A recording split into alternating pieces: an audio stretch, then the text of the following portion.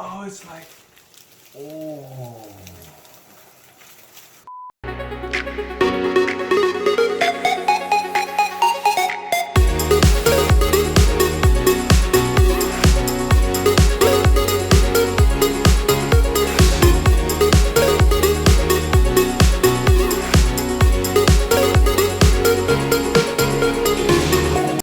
Never gonna financially recover from this. Okay, it's here. UPS guy just dropped it at the front door. I've been waiting for this for 10 days now. This is it.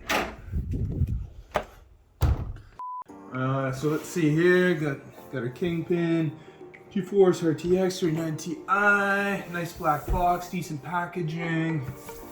Right, nothing fancy here. On the back, again, this is really basic stuff that like they're trying to go for some clean packaging here. So we got a little bit of the gold glossy Kingpin, DirectX 12, some general stats. That's it. That's it. So with fire for some reason, because it's hot, because it pulls like 9 million watts. All right, let's see here. Okay, there's that. Okay, 2 bits of the tape.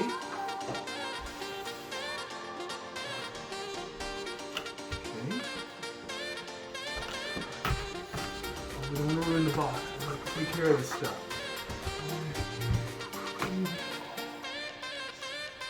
Oh, this is looking better.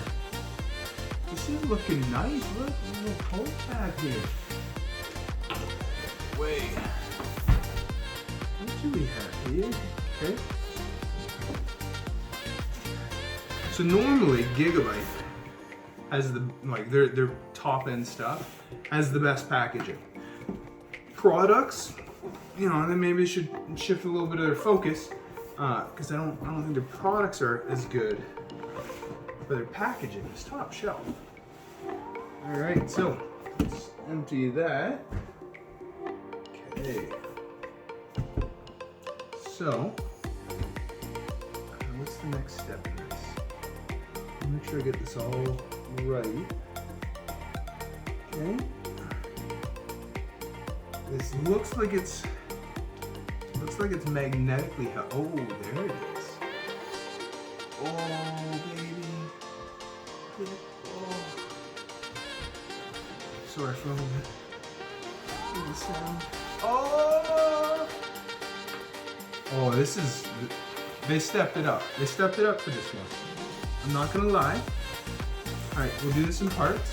Come back to this. All right. So the 3090 packaging. Ooh, it's already installed. The 3090 Kingpin, beautiful card. I can already tell that they've taken it up a level here. Now, don't get me wrong. You're not getting a lot more card than the 3090. Cat, what are you doing? You're not getting a lot more card, so it makes sense, right? They gotta put the money somewhere. You're gonna be paying all this premium. So. This is the accessories box. So bag number 1. Okay, so this is the approach that they've taken. It's the Octopus, Octavius, Spider-Man cables. So what we're seeing here, you got a 16-pin adapter, 3 of the 8 pins. So you're gonna be able to pull 450 watts through this. Now moving over to the next one, exact same thing, cable, adapter. Another 3 8 pins goes into one 16 pin, 450 watts. So right here, you're looking at 900 watts of available power. Officially. What else do we got? Cat, I don't need your help. Hey, no. All right. We got zip ties, screws, all the usual stuff for getting everything installed nicely. The E-leash, which, if you haven't seen this thing, it's really weird. The cards are getting so big and heavy that they need these things to keep them from sagging. Truth is, this card is only a 2-slot card because of it being a water-cooled design. It's not going to get a lot of sag anyway, but you still want this option. And basically, it lets it hang off the radiator at the top of the case, comes down, hooks into the plate. We'll go through it in a minute. I do a horizontal mount anyway. No, I do a vertical mount anyway. Doesn't matter to me. What do we have here? The fan cable. RGB. Anyway, I guess this is to control the fans in the RGB. And oh, what else we got? Got your little EVGA logo. I'm not gonna put that on. Your OC guide, your hybrid installation guide, and your important notice: for best performance in acoustics, EVGA recommends that the radiator be installed above the graphics card with the tubing to the bottom of the radiator, which is good. And that's how I do it anyway. You don't want it on the bottom because you get air in and it damages your stuff, your pump. Oh, and we got some more ties. And that's it. Okay, I was hoping that the 52U was included in this. Obviously, it is not. That's disappointing. But you know, we've got what we need. The 52U power link lets you plug 5 8-pins directly into it, and then it makes cable management super easy. It looks like you can just plug it into the dual 16-pin. It is what it is. I'm not surprised. On one of the pages it said sold separately. Some people were thinking it was going to come with it. Obviously it doesn't. But that's not why you're here. So, let's flip this around. Let's flip this around here. So what do we got? Okay. Ooh, that's all right. So when you open this up, what we're gonna have here, got all this nice foam. This is actually pretty on par with what you would see from Gigabyte, who again makes the best shipping packaging. So we have a look here. We actually have the card. So we got the cooler, heatsink underneath. AIO is under here. You've got AIO is under here. The heatsink and fan combination, this is what makes it a hybrid, is here. Then you've got some passive heatsinks over here. As far as the cabling, so we'll go through that in a second. So you got this cable here, this is your fan cable. So it's gonna run up to the fans theoretically. I'm not gonna be using them. Well, I still have to come up anyway. And then here, we have the actual radiator. So measurements, it might actually be just a hair thicker than the 3090. We'll get a comparison of that. But traditional Asetek design. These fans are new. Cat, stop it. So these are RGB fans. They are substantially nicer than the ones on the 3090 Kingpin. So you know, if you're looking for the fans, this is the way to go. So let's see here. Flip this around a little bit. Try not to damage the expensive new card. Oh, yeah.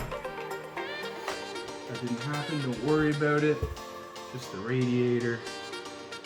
Okay, so we're gonna crack the seal here. There's one. I'm disappointed they didn't put the 52U power link in.